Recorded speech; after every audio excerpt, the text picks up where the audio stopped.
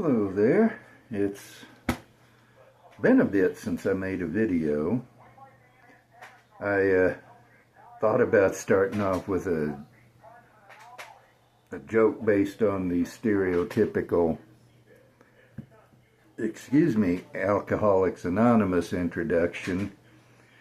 I decided not to, not because I thought it would be offensive. I suspect AA members would laugh at it more than anybody else. Although I don't know. If I know anybody who's in AA, I don't know that he is. I decided not to do it because I just decided not to do it. I get wild hairs. I can tell you, well, now that I take the hat off, my hair looks okay. I wasn't going to wear a hat, and then my hair was a mess, and now that I take my hat off, my hair's not a mess, but I got the hat on, so anyway, this is a Sippin' and Talkin' video. I'm already a talkin'. Let me get ready to do some sippin'. This is Jim Beam. You can see the label there. I don't know if it's Jim Beam Black or Jim Beam 7 or Jim Beam Black 7, but it does say Jim Beam, it does say black, it does say aged 7 years. This is a 90 proof bourbon. See, I got it on the 12th of May this year at Total Wine. Cost me $22.99, 23 bucks. And because this is the next bottle in the rotation,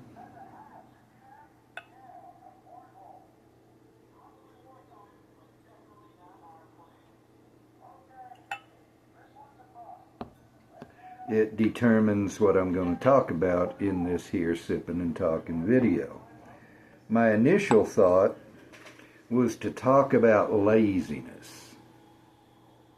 Now, I don't know about y'all. I grew up a-working. As far back as I can remember, I had chores. I learned to hate washing dishes.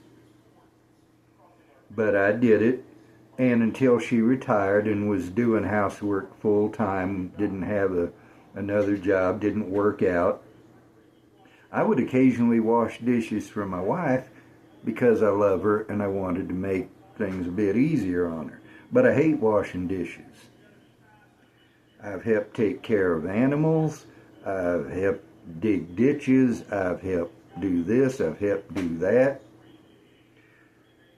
I grew up working. And for most of that time, there was no allowance involved. I did it because it was there to do, and my parents said, go do this.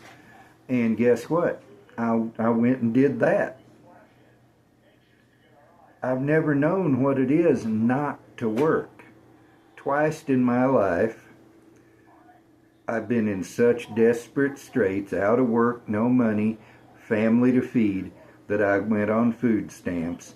Both times, the minute I got a job, I called them people up and said, take me off. Because I'm too proud to live on somebody else's dime. I earn what I have.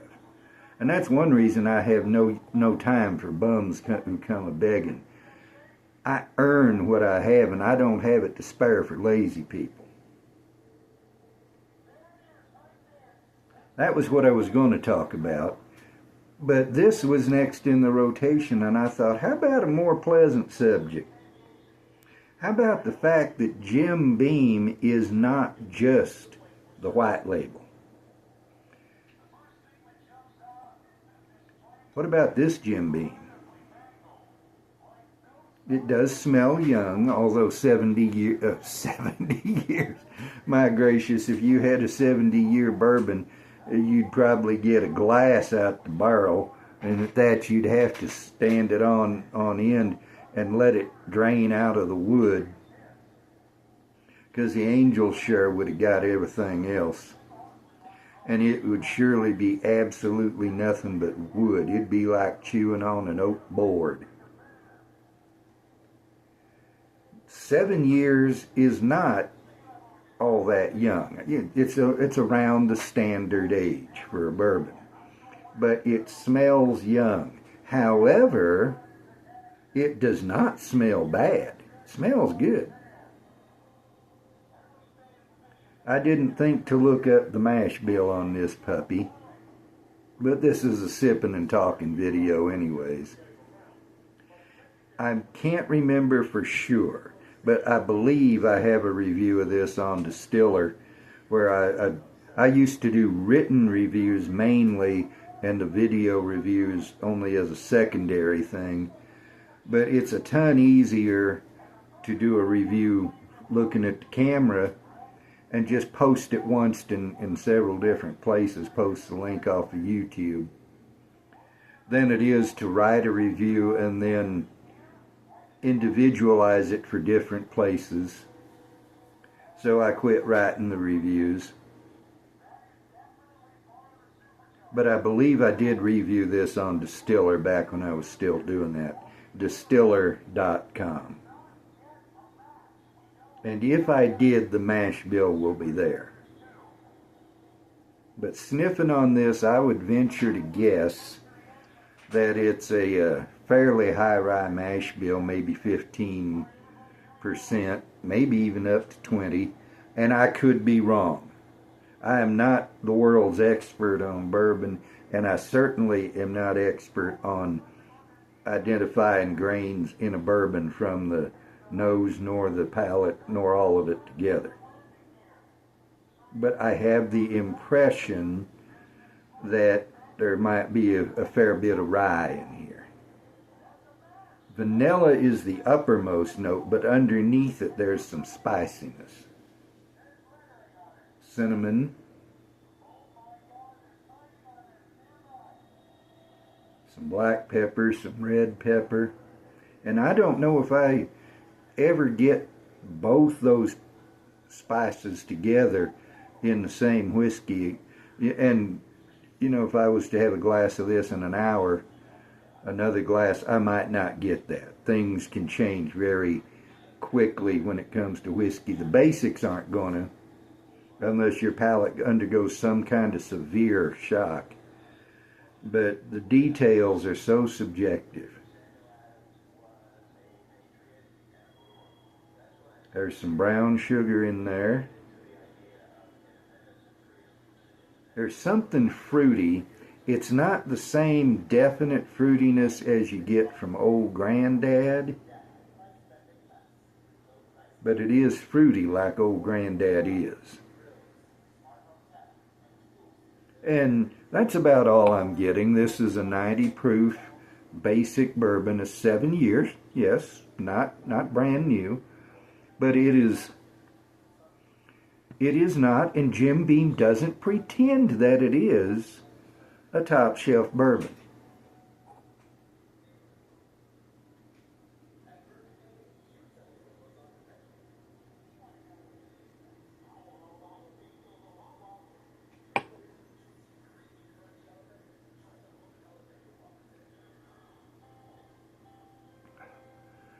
There is a fruity sweetness, and underneath it the cinnamon, red pepper.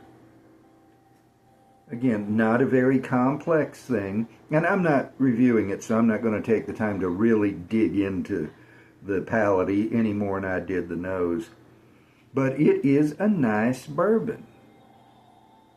And that brings me to what I said I was going to talk about in this Sippin' and Talkin' video, which is the fact that Jim Beam is more than just the white label. Now this whiskey fills the niche, or is trying to fill the niche, of people who are new to whiskey and want to find all sorts of information about whiskey in one place. That's what I'm trying to do, because I couldn't find that one place when I started out back in 2021. And as far as I know, I am the only one who's trying to fill that particular niche. And what other people are doing is really good. Stuff and Whiskey is doing mostly blind reviews or blind comparisons, and that is a good niche to fill. They're doing an excellent job. K.C. Allen of Beautiful Bourbon. By the way, Stuff and Whiskey is Josh and Aaron. K.C. Allen of Beautiful Bourbon is filling a niche of just bourbon reviews by one of the most entertaining, interesting characters I've ever run across. Some people, you know, you see him on YouTube, okay, fine, he's informative, I like it for that reason. KC, I would love to meet, and I probably never will, but he's a man after my own warped heart. He's hilarious, and he's more funnier than I am. On his worst day, he's funnier than I am on my best. See, who else is out there? SLB Drinks. They make a specialty of doing 4 or 5 or 6 whiskeys blind. Kurt will come up with a blind. Trenton will come up with a blind. Sometimes they'll have Kurt's wife, Rebecca. I knew I could remember it if I tried hard enough. I kept thinking of his daughter's name, which is Raquel. But Rebecca will sometimes pick the blind, and she doesn't know much about whiskey. A couple of times they've had Raquel, his daughter, pick a blind, and until one video, which they did fairly recently, she'd never even drank whiskey.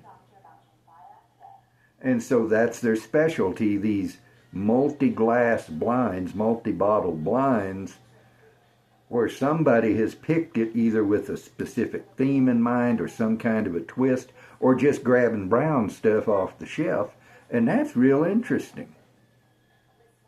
And they're real people. I'd love to meet both of them, but Kurt especially, he's just a few years younger than I am. We're the same generation. We appear to share a lot of the same ideas, even if he is a Yankee. These tolerable Yankees floating around here and there. There's a song, I can't remember the name of the man who wrote the poetry to it. I'm a good old rebel. And a lot of it I absolutely agree with, but there's a line about how I hate the Declaration of Independence. Well, I don't. Without the Declaration of Independence, there could never have been a Confederate States of America, because our Confederacy built on the principles of the Declaration of Independence and the United States Constitution. But I have got way off the track. Good morning, but I digress. It ain't morning here. Well, technically it is. It's 01:56, just 4 minutes shy of 2 a.m. But I have digressed. And you're used to that if you've seen these videos.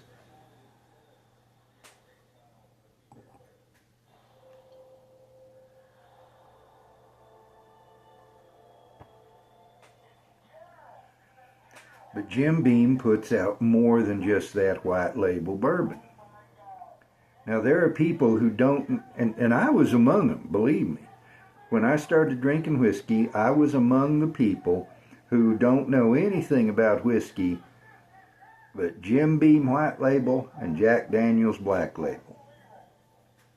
I could not have told you one single other brand of whiskey. I could not have told you what the difference is between where the one says bourbon and the other says Tennessee whiskey. I could not have told you the difference between bourbon and scotch, other than scotch comes from Scotland. I was ignorant.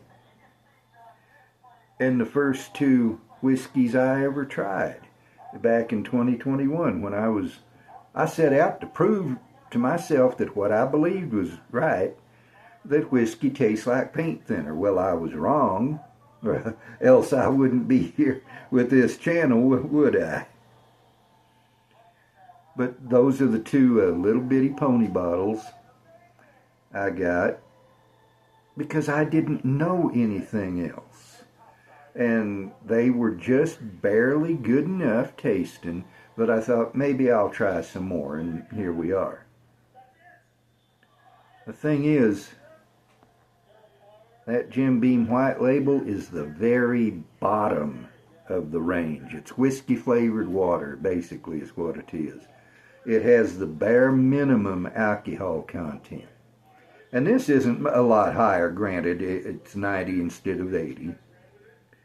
But Jim Beam sells that White Label by the trainload, and I'm sure that that huge amount of money coming in, even off of them cheap bottles, helps them fund their better whiskey. And this is one of their better whiskeys. This is good whiskey. Again, I'm not going to pick it apart. That's not my purpose here. But it is a simple whiskey. It's not complex. It's not going to blow your mind.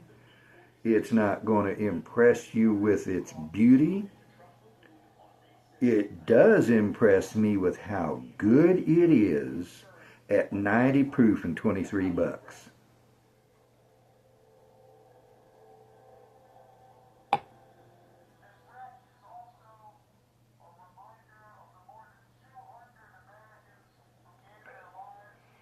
I wouldn't pay more than $25 for this, but $25 would still be a fair price for this whiskey. And that's up $2 from what I did pay. Let me be sure I'm remembering right. Yeah, I'm remembering right. When you have a memory like mine, you learn to distrust it.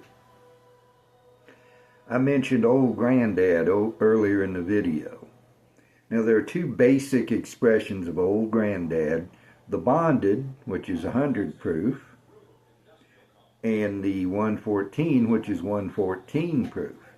Now, I prefer the 114 simply because that with the extra 14 proof points comes extra flavor.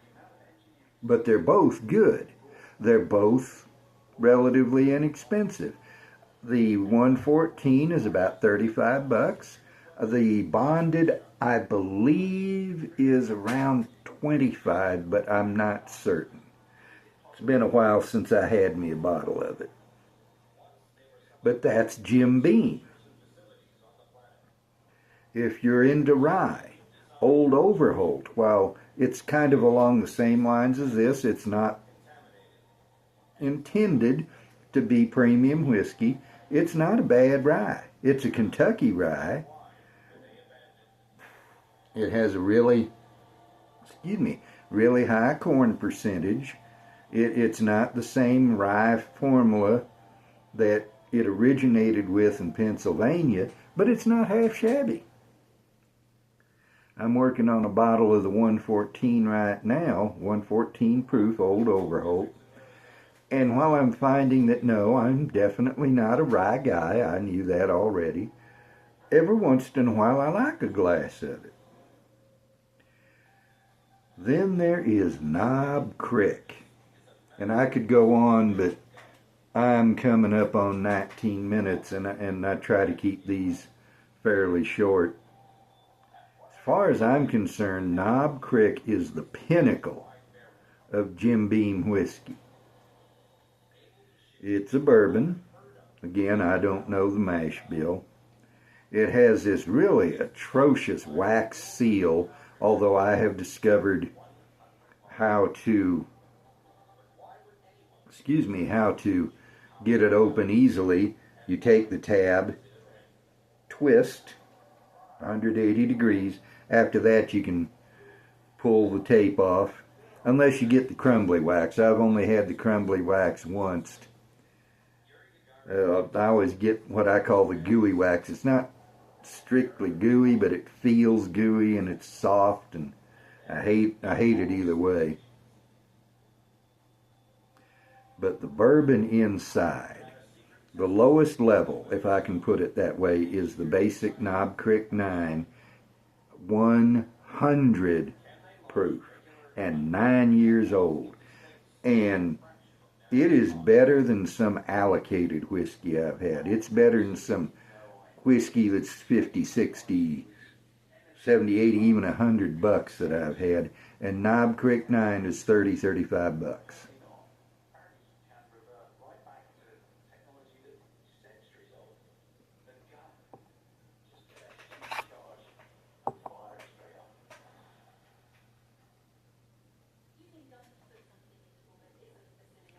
There's a lot of whiskey I like, a lot of whiskey I love. And I like having a variety of bottles, but if every other whiskey on earth went out of existence except Knob Creek 9, it would not unduly strain me. It wouldn't break my heart. I love that stuff. Then above that, there's the 12-year. Now that's a little bit more expensive. It's 50, 55, 60 bucks, depending on where you are. And with every single whiskey channel, you have to keep in mind that the price the man or the woman gives you on the screen is the price where he or she is. When Kurt and Trenton give a price for a bottle, they're talking about Valparaiso, Indiana. When Josh and Aaron give the price of a bottle, they're talking Nashville, Tennessee. You know, say you've got somebody who's actually bringing you a channel from Bardstown, Kentucky. The price he's going to quote you is from Bardstown or the surrounding area. You get somebody in Lynchburg, Tennessee, where they make Jack Daniels. You know, he'll give you the prices that he knows. Fred Minnick might tell you the price of a bottle is such and such. Well, that's the price he knows. World expert on bourbon, but he can't know the price in every single liquor store around the country. So don't gripe, even in your own mind, when somebody on YouTube says, this bottle costs 40 bucks, and in your liquor store, it's 45 or 50. Where that person is, it's 40 bucks, and he doesn't know that it costs you 50 where you're at. How does he know that? Come on, turn on your thinking cap here. People don't know how to think anymore. But the Knob Creek 12-year does cost that 20 bucks or so more. In the extra 3 years, you'd be amazed how much the Angel Shear takes out of a bottle. I've seen various percentages. I can't remember any of them. But in the first year that whiskey's in the bottle, it is a significant percentage that evaporates as the Angel Share. And every year it's losing whiskey. There might be small leaks that cause it to lose whiskey. You age a barrel long enough and you knock out the bung and dump it, and you may not have but a quarter of what you put in. So prices go up with age. It's just natural. I've not had the 18-year. I saw it once. I couldn't afford 200 bucks or whatever it was, somewhere around in there. I've not seen the 21-year. I don't expect to. I couldn't afford it if I did. But there's a Kelly Liquor store pick, 120 proof, a single barrel. The folks from the Kelly Liquor store in the Mountain Run Shopping Center here in Albuquerque, they went to Jim Beam. They tasted however many barrels there were. They picked this barrel. They did a magnificent job. 65 bucks. Actually, it's come down. I think 60 bucks is what I paid for the most recent one. All Jim Beam whiskey. If all you know is Jim Beam White Label, that's the only Jim Beam you don't know what Jim Beam can do. I'd recommend you go buy one of these. It is so much better than the White Label that I don't even know what that stuff costs a fifth. I've never bought a fifth of it. But I bet you it ain't but 15, 20 bucks. The extra 5 bucks or so that you might pay for this, it'll definitely be worth it. This is as much better than the Jim Beam White Label as my mama's homemade bread was to generic store bread.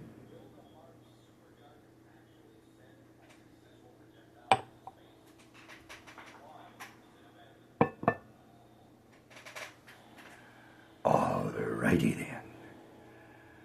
That was, I think it was Jim Carrey. I don't know if it was Fire Marshal Bill or one of his other characters, but I'm pretty sure it was from On Living Color, which I tried to watch and couldn't stand about 99% of. Alrighty then, was one part that stuck with me. And I'm thinking Mr. Bill, that was the original Saturday Night Live. Oh no! The other thing on Living Color was Homie the Clown. And most, the only reason I'd watch one of them pieces was when Homie would whack somebody over the head and say, I don't think so. Homie don't play that. Anyway, I'm past 26 minutes. What was it? 6 minutes ago I started trying to wind this up. Don't count on me for brevity. Don't do it. You'll find it disappointing. So, go out. If all you know is the Jim Beam White, try something else. Try this, try the Old Granddad Bonded, try Knob Creek, whatever. But you'll find out that there's a lot better out there from Jim Beam, and you'll find there's more or better from other distilleries too. On that note, here's how.